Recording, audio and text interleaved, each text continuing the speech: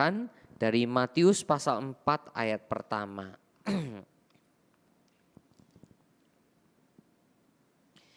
Matius pasal 4 ayatnya yang pertama. Firman Tuhan berbunyi demikian, maka Yesus dibawa oleh Roh ke padang gurun untuk dicobai iblis. Ya, saya ulangi, maka Yesus dibawa oleh Roh ke padang gurun untuk dicobai iblis.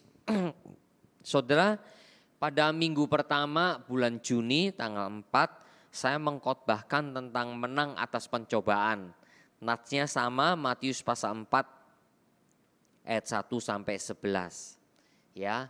Tapi itu topik mengenai menang atas pencobaan. Tapi saudara, pada kesempatan ini saya ingin mengajak saudara merenungkan tentang pencobaan atas diri Yesus. Ya, pencobaan atas diri Yesus. Memang sebetulnya natsnya memang sama, memang betul saudara, menang atas pencobaan yang kita renungkan beberapa minggu yang lalu berkenaan dengan memang apa yang dialami oleh Yesus. Tapi itu ada prinsip-prinsip, ya, prinsip-prinsip yang saudara bisa lihat kembali di dalam YouTube, ya. Tapi dalam bagian ini kita melihat bersama-sama pencobaan yang spesifik, apa sih yang sebetulnya di balik pencobaan itu, apa yang sedang iblis kerjakan, apa yang diusahakan oleh iblis pada waktu mencobai Yesus, ya. Ayat Alkitab sangat indah sekali. Yesus dibawa oleh Roh Kudus ke padang gurun untuk dicobai iblis. Jadi betul-betul ini spesifik sekali, saudara. Roh Kudus membawa Yesus ke padang gurun, lalu di padang gurun untuk dicobai iblis. Saudara, di sini kita melihat, saudara, dunia tanda petik, dunia supranatural. Saudara dan saya harus menyadari bahwa dunia ini yang kita tempati bukan sekedar dunia material, ya. Dunia yang kita tempati ini juga sebetulnya dunia di mana supranatural, hal-hal yang melebihi natural itu juga sedang bekerja. Ya. Dan Alkitab mengajarkan itu kepada kita. Jadi saudara, kita tidak mempercayai penuh kepada materialisme. Memang materi itu penting. Kita butuh makan, kita butuh rumah untuk bernaung, kita butuh air minum untuk minum di tengah kehausan. Itu hal-hal materi, ya. Tetapi kita harus tahu satu hal, bahwa materi itu semua terbatas. Sedangkan di dalam dunia materi ini, saudara dan saya harus sadar sebagai orang Kristen, seperti yang Alkitab nyatakan, bahwa ada dunia supranatural, ya, yaitu kita sebut sebagai dunia roh, gitu ya, hal-hal rohani. Nah, Roh Kudus memang membawa Yesus, ya, Yesus yang dalam keadaan sebagai manusia juga, walaupun memang dia adalah Allah juga. Tapi dalam keadaan sebagai manusia seperti halnya Elia yang pernah dibawa oleh Tuhan, ya, ataupun juga Filipus yang pernah dibawa oleh Roh, ya. Saudara ingat di Kisah Para Rasul di situ. Filipus tiba-tiba dibawa oleh Roh, ya, untuk menemui sida-sida dari Ethiopia. Ya, kalau saudara mengingat catatan-catatan Alkitab. Jadi ini seperti halnya itu. Yesus dibawa oleh Roh ke padang gurun untuk dicobai iblis. Saudara, pencobaan yang Yesus alami itu bukan sekedar masalah materi, saudara, sebetulnya. Tetapi ada hal-hal yang penting di sini. Ada dua hal. Yang pertama adalah mengenai identitas diri Yesus, ya. Saudara, karena itulah di dalam ayatnya yang ketiga disebutkan jika engkau anak Allah, ya. Lalu juga ayat yang ke-6 lalu berkata kepadanya jika engkau anak Allah. Jadi 2 kali iblis mencoba Yesus, menyerang di dalam hal identitas diri Yesus. Ya, jika engkau anak Allah. Saudara, kalau lihat di dalam ayat pasal 3 ayat sebelumnya itu, ya, Yesus dibaptis oleh Yohanes Pembaptis. Setelah itu terdengar suara dari surga, yaitu Allah Bapa yang mengatakan, inilah anakku yang kukasihi, kepadanya lah aku berkenan. Jadi barusan saja Yesus dibaptis, barusan saja Yesus diproklamasikan, dinyatakan dari suara Bapa di surga. Inilah anakku yang kukasihi, anak Allah. Ya. Lalu tiba-tiba ketika dibawa ke padang gurun, iblis langsung berkata, jika engkau anak Allah. Jadi saudara, identitas diri Yesus diserang di situ, ya. Saudara, ini kata-kata yang sangat penting, ya. Ketika Allah Bapa di surga mengatakan, inilah anakku yang kukasihi. Suara dari surga berkata itu. Tapi tiba-tiba dilawan oleh suara dari neraka. Jika engkau anak Allah.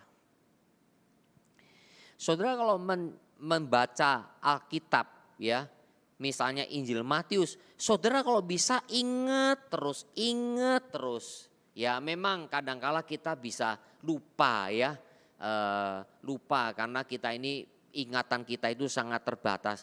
Tapi kalau kita membaca dengan kerendahan hati, nanti pelan-pelan Roh Kudus akan menolong kita. Saudara, di dalam catatan Injil Matius, ketika Yesus disalib, ya, lalu berseru, dalam keadaan disalib, banyak orang-orang mengolok-olok Yesus, sampai ada yang mengatakan, jika engkau anak Allah, turun dari salib, selamatkan dirimu. Saudara lihat di situ. Jadi seolah-olah Injil Matius ingin mengatakan pencobaan dari iblis itu terus terjadi. Jadi bukan hanya pada waktu di padang gurun. Jika engkau anak Allah.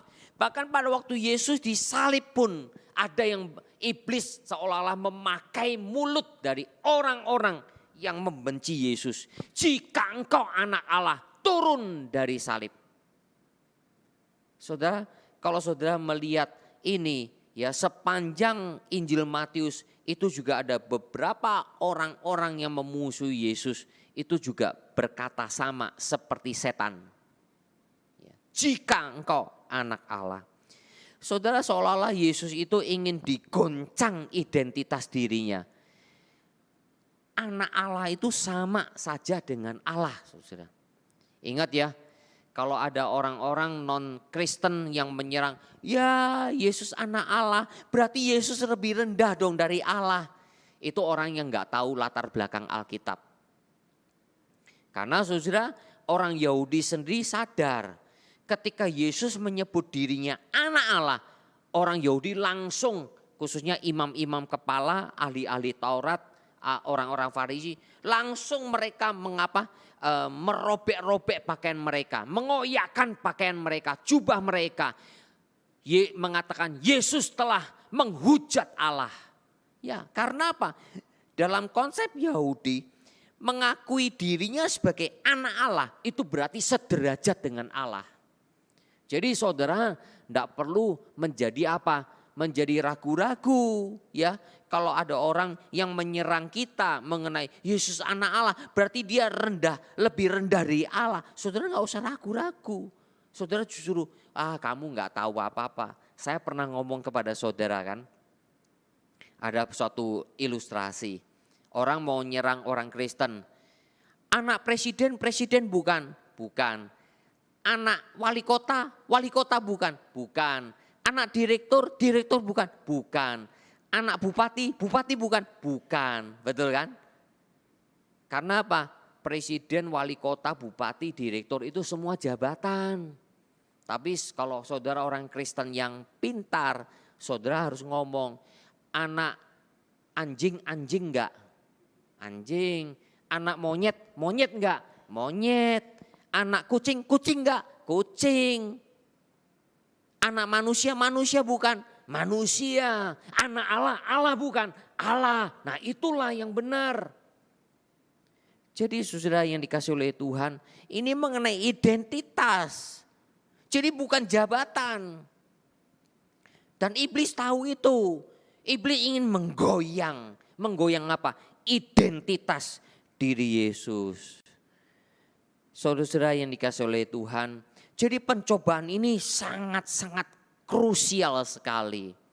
Dan bersyukur Tuhan tidak tergoyahkan. Tuhan Yesus tidak tergoyahkan. Mengapa? Oleh karena pengakuan dari surga itu lebih penting dari pengakuan dari neraka, istilahnya begitu ya. Nah saudara, seringkali juga anak-anak Tuhan, orang-orang Kristen dicobai dengan masalah identitas. Ya, identitas diri kita sebagai orang Kristen. Pencobaan itu banyak sekali saudara. Misalnya kalau saya mau ngasih contoh ya saudara. Kadangkala lewat suatu pengajaran tertentu, orang Kristen itu secara tidak sadar dicobai ya, dan salah dan jatuh ke dalam pencobaan itu. Ada beberapa contoh. Yang pertama, dia ragu-ragu, aku diselamatkan apa enggak ya? Aku sudah diselamatkan apa enggak ya? Padahal Alkitab mengatakan dengan sangat jelas, percaya kepada Yesus dengan sungguh-sungguh engkau diselamatkan. Tapi seringkali orang Kristen ragu-ragu, ya, ragu-ragu. Tapi sebaliknya orang mengenai identitas ini juga kadang-kala ada orang Kristen yang apa? Terlalu sombong, ya, terlalu sombong. Sekali diselamatkan tetap diselamatkan. Lah orang Kristen wah ya rasa yakin diri. Tapi akhirnya apa? Dia terus berbuat dosa. Ya, terus berbuat dosa. Atau juga bisa lewat pencobaan apa? Engkau anak raja, pasti Tuhan akan sertai, pasti Tuhan akan lindungi, pasti. Ya. Saudara, betul sih kita ngomong penyertaan Tuhan itu pasti, ya. Penyertaan Tuhan itu pasti, itu betul. Tetapi sudah kadangkala orang Kristen itu keblinger istilahnya, ya. Mempercayai kepastian itu, tetapi kepercayaannya bukan kepercayaan kepada Tuhan, tetapi kepercayaan kepada diri sendiri. Nah itu juga bahaya, ya. Saudara, walaupun Yesus tahu, sadar dirinya adalah anak Allah. Pada waktu dia berdoa di Taman Getsemani, Bapa, sekiranya mungkin ambillah cawan ini daripadaku, tapi bukan kehendakku, kehendakmu jadilah.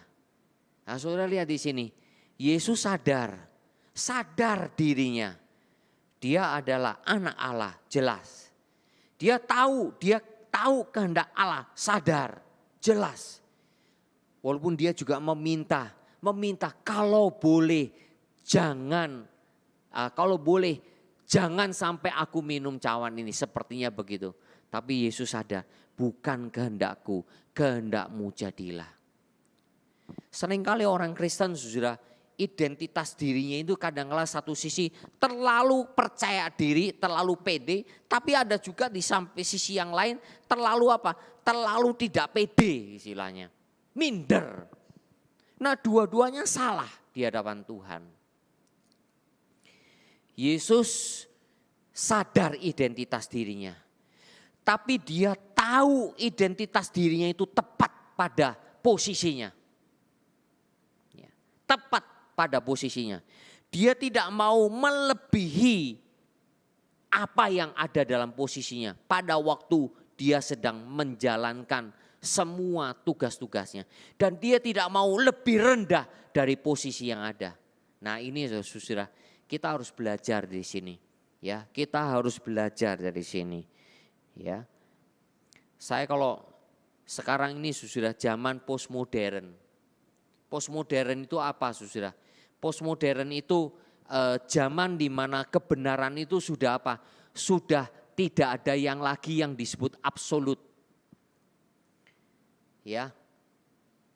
Termasuk dunia pengadilan, dia mahkamah seperti Mahkamah Konstitusi yang terjadi di negara kita ini. Mereka sadar sekarang ini postmodern, post-truth. Artinya apa? Kebenaran absolut yang dulu dipercayai sekarang sepertinya sudah tidak dipercayai. Kebenaran menurut kebenaran diri masing-masing. Nah ini sekarang bahaya sekali. Kayak itulah di YouTube sudah. Waduh banyak sekali. Sekarang orang Kristen kalau tidak punya pemahaman yang benar, mendengar YouTube, mendengar sana sini, ya klik lewat HP kita, oh orang bagikan, wah bagus ya. Padahal saudara tidak mengerti di dalamnya banyak sekali akal licik dari setan yang sedang bekerja di situ. Ya, saudara tahukah bahwa seperti halnya pada waktu Yesus dicobai di padang gurun ini. Jika engkau anak Allah, itu tidak berhenti. Karena itulah kalau nggak salah dalam Injil Lukas dicatat. Iblis terus mencari kesempatan untuk menjatuhkan Yesus. Jadi bukan hanya Yesus melewati pencobaan di padang gurun, tidak. Bukan itu selesai, tidak. Terus menerus iblis mencari kesempatan menjatuhkan Yesus.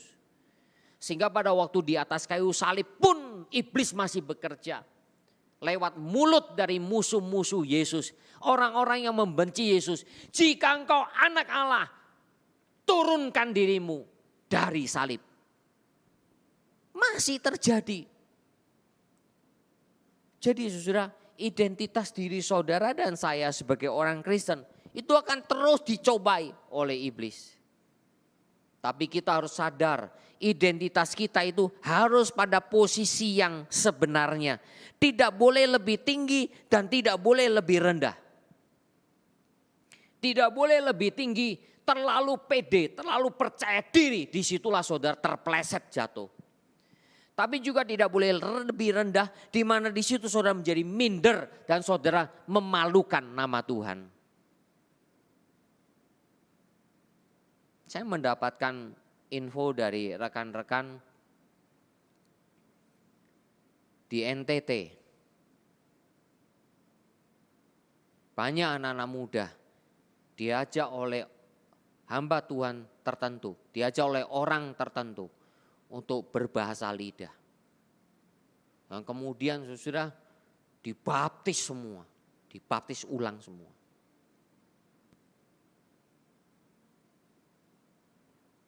Menunjukkan sudah orang-orang sudah goyah semuanya. Tidak mengerti ajaran. Satu baptisan, satu roh, satu iman. Sekarang banyak sekali. Keadaan gereja begitu kacau sekali. Saudara saya sadar. Dunia sekarang ini sulit sekali. Apalagi dengan informasi lewat medsos. Bagaimana khotbah-khotbah yang benar jarang sekali didengar. Tapi khotbah yang menyenangkan telinga ditonton ratusan ribu bahkan jutaan orang. Dan di situ pun menghasilkan uang begitu banyak. Saudara-saudara yang kasih Tuhan. Jadi yang pertama ini identitas yang diserang oleh iblis kepada Yesus. Yang kedua, selain identitas adalah apa? Tujuan utama. Tujuan utama dari pelayanan Yesus itu diserang oleh iblis. Apa sudah? Terlihat dari pencobaan yang iblis katakan. Jika engkau anak Allah, apa? jadikan batu ini roti. Ya kan? Kemudian jika engkau anak Allah, jatuhkan dirimu dari bumbungan bait Allah. Bukankah malaikat akan menatang engkau? Lihatlah seluruh dunia, kuberikan kepadamu kalau engkau menyembah aku. Ini 3 pencobaan ini langsung merangkum apa saudara? Mau membuyarkan tujuan utama kedatangan Yesus ke dalam dunia. Tujuan utama Yesus ke dalam dunia ya adalah untuk menebus umat manusia yang berdosa. Untuk disalibkan, menebus semuanya. Kalau Yesus mengikuti iblis, jatuhkan dirimu dari bumbungan bait Allah, disuruh bunuh diri, saudara. Bukannya mati disalibkan menebus dosa manusia, tapi disuruh bunuh diri. Jika engkau anak Allah, jadikan batu ini roti. Bukankah Yesus juga memberikan roti hanya melalui 5 ketur roti dan 2 ekor ikan, bukan? Memberi makan pada ribuan orang. Dengan 7 ketur roti juga memberi makan kepada 3.000 orang. Begitu banyak. Saudara, seolah-olah iblis ingin menawarkan, ayo ikut aku, ayo lihatlah dunia, ayo selamatkan dunia bukan lewat itu semua. Bukan lewat salib, lewat karya salib. Tapi apa? Lah, kamu bisa kasih roti ke banyak orang, kamu bisa bikin mujizat-mujizat ke banyak orang. Di Injil Matius ini juga saudara, Matius pasal 7. Yesus pernah ngomong, ada orang-orang yang melayani Tuhan, mengusir setan demi nama Tuhan, membuat mujizat demi nama Tuhan, bernubuat demi nama Tuhan. Tapi Tuhan katakan, aku tidak kenal kamu pembuat kejahatan. Sekarang banyak orang senang mujizat, sudah. Termasuk di mana? Ya di YouTube. Waduh, mujizat, berkat.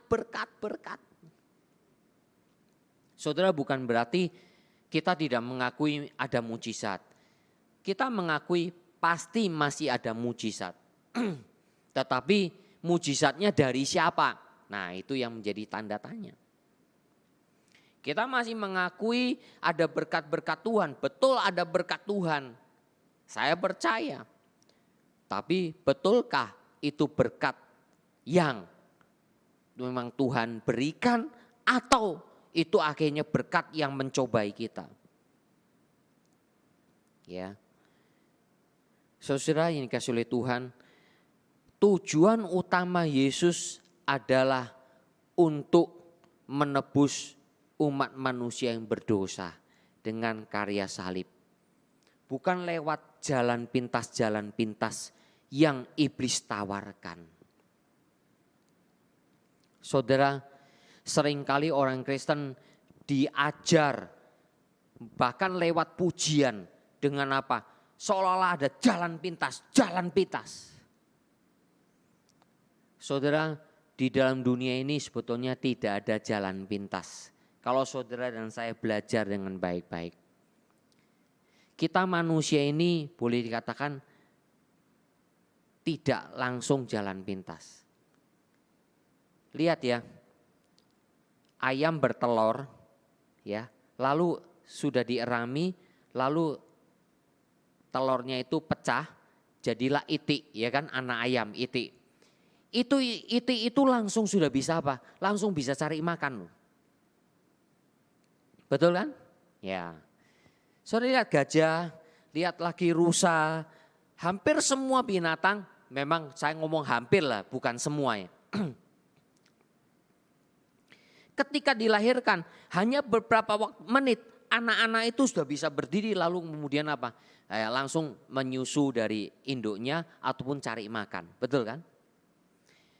Tapi ada beberapa binatang tidak begitu, harus dirawat. Kayak anjing ya, anjing nggak bisa langsung karena dia matanya masih tertutup ya kan. Kucing juga nggak bisa langsung. Nah, manusia lebih lagi nggak bisa langsung. Bayi, aduh digendong, ya, ya digendong terus, masih digendong, ya sudah lahir. Setelah itu diajarin berjalan, lama sekali. Manusia itu boleh kata lama sekali. Mungkin yang bisa menyaingi itu Raja Wali, saudara, ya elang, ya kan? Ya ada beberapa burung yang itu ya masih disuapin, betul kan? Sampai akhirnya betul-betul besar dan tumbuh sayapnya semua sudah kuat. Itu apa namanya kayak Raja Wali, saudara, yang saya tahu sarangnya akhirnya dibongkar supaya apa? Anak itu sudah dewasa dan layak terbang sendiri. Ya begitu. Saudara yang dikasih oleh Tuhan, hidup itu tidak gampang. Ya. Itu jelas Tuhan sudah mengajar kita lewat alam, bahkan diri kita sendiri, ya manusia. Kita harus dari kecil dididik sampai universitas. Usia berapa itu? 20-an tahun, betul kan? Kadang-kala sudah S1 pun belum bisa cari makan sendiri kok. Betul kan? Maksudnya belum bisa membiayai hidup sendiri. Harus kerja dulu, betul kan? Jadi saudara, tidak ada itu hidup itu instan, tidak ada. Ya. Jadi saudara, seperti halnya itulah Yesus telah datang dan dia tidak mau memakai cara instan lewat posisinya sebagai anak Allah. Tidak, dia mau mengikuti kehendak Bapa. Dia mau terus mengikuti kehendak Bapa. Dia tidak mau ikuti kehendak dari si jahat. Ingat saudara, di dalam Alkitab si jahat itu siapa? Diabolos. Iblis itu adalah pendusta, bapak segala dusta. Jadi pencobaan itu selalu akan bersifat kontradiksi, berlawanan dengan kebenaran. Itu firman Tuhan. Yang namanya diabolos, penipu, ya, bapak segala dusta, itu selalu bertentangan dengan kebenaran. Istilahnya kalau ngomong hitam putih kalau mau ngomong begitu deh. Putih lawannya hitam. Tapi kadang-kala diabolos itu pinter sudah. Dia mungkin tidak nyatakan dirinya sebagai hitam tapi abu-abu, ya. Abu-abu disamar-samar. Nah, sekarang ini banyak kebenaran disamar-samar. Disamarin. Ya. Saya kadang-kadang melihat saudara, identitas orang Kristen sekarang ini sudah amburadul. Kalau saya melihat di kedukaan ya kalau saya lihat di kedukaan, identitas orang Kristen kadang-kadang sudah enggak kelihatan lagi. Orang Kristen masih sembayang di depan peti. Apa yang mau disembayangin? Seolah-olah orang Kristen itu sama dengan orang-orang non-Kristen. Apalagi kalau di depan peti masih gini-gini lagi. Hormat sama di depan peti lagi. Apa bedanya orang Kristen dengan orang lain? Identitasnya sudah kacau. Banyak orang ngomong, aku sudah Kristen. Tapi betul-betul identitasnya dia tidak mengerti dengan benar. Karena semuanya tidak diisi dengan kebenaran dan pengertian. Yang mau cuma apa? Ke Kristen, ke gereja, haleluya, haleluya. Tapi pengajaran apa? Semua dibuang, tidak mau diajar. Kalau diajar apa? Ngantuk, capek, pikir terus capek. Akhirnya menjadi orang Kristen yang malas belajar firman Tuhan. Saudara, identitas yang demikian inilah yang dihancurkan oleh si iblis. Kayak itu saya pernah ngomong kepada saudara, di sorga nanti banyak kejutan. Banyak kejutan. Bisa saja saudara melihat orang Kristen itu sudah puluhan tahun ke gereja, tapi ternyata tidak diselamatkan. Karena dia tidak tahu identitas dirinya. Bukan berarti orang yang sudah lama ke gereja itu pasti nggak ke surga. Bukan itu saudara ya. Bukan itu maksud saya. Ya. Tapi maksudnya apa? Maksudnya identitas orang diri kita itu Tidak benar. Apalagi juga tidak ngerti tujuan hidup kita untuk apa. Alkitab mengatakan yang sudah diringkas oleh doktrin reform. Tujuan hidup manusia adalah memuliakan Allah. Apa memuliakan Allah?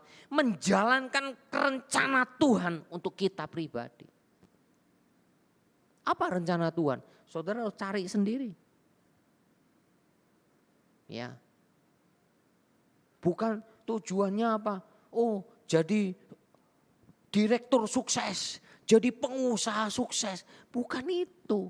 Ya boleh-boleh saja kalau saudara dipimpin oleh Tuhan untuk ke situ. Tapi sebagai direktur yang sukses, sebagai pengusaha yang sukses, sebagai pedagang yang sukses, apakah betul-betul itu kehendak Tuhan dan itu memuliakan Tuhan? Itu yang harusnya kita cari. Ya.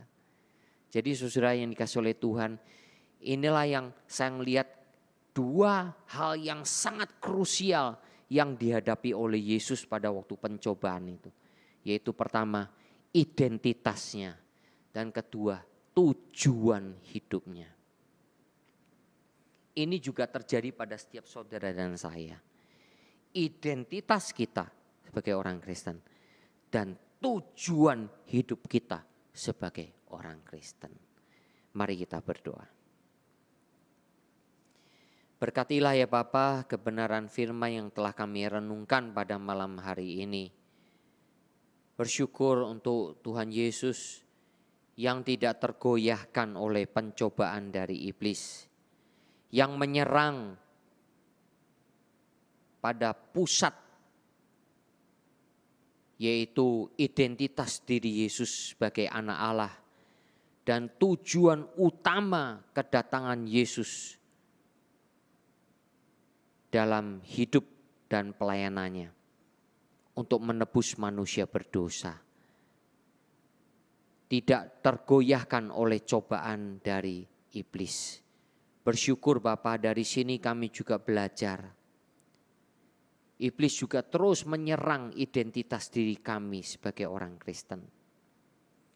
Tapi juga sering menyerang juga tujuan hidup kami sebagai orang percaya.